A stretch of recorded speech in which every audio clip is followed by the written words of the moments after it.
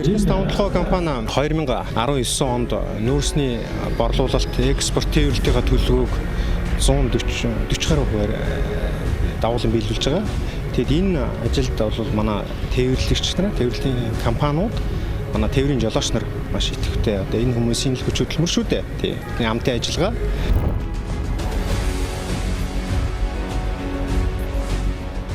Энэ компани борлуулалтын орлого, ашиг энэ бүх зүйлүүд энэ эдгээр одоо нүүрс тээврийн 14,000 гаруй жолооч нарын одоо хөдөлмөр хөлс энэ хүчний үр дүнд бол бий болж байгаа.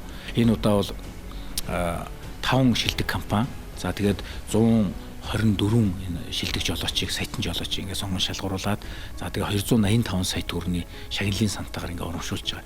Энэ бол яг нэг талаар одоо их биш ч гэсэн нөгөө талаар бас энэ эдгээр хүмүүсийн хүнлэмжийг нэг тодорхой болгож байгаа. Жишээ нь одоо шилдэг жолооч болсон эмэгтэй жолооч гэхэд 94 удаагийн ирээс хийсэн байгаа байхгүй. Тэгэхээр энэ хэмжээний ажлыг хийж яах гэдэг чинь одоо манай компаниар төдийгүй төрөөр үнэлүүлэх нь боломж нь бол бүрдчихжээ.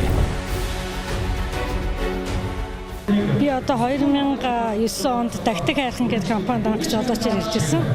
Одоо 10 дахь жил дээр том тэрэг бариад явж гэрүүлийнхээ хүнтэй хамтан явдаг. Тэгээ анх ихлээр гэрүүлийнхээ хүний эсмийн жолоочоор тэгээ шалан зорж сурсан да. Саятан жолооч болсон сэтгэл маш өндөр байна. 6-7 жил шалан зэрэг барьж байгаа тасралтгүйгээр энэ компанид ороод би 5 жил тээврийн шимэрж байна да.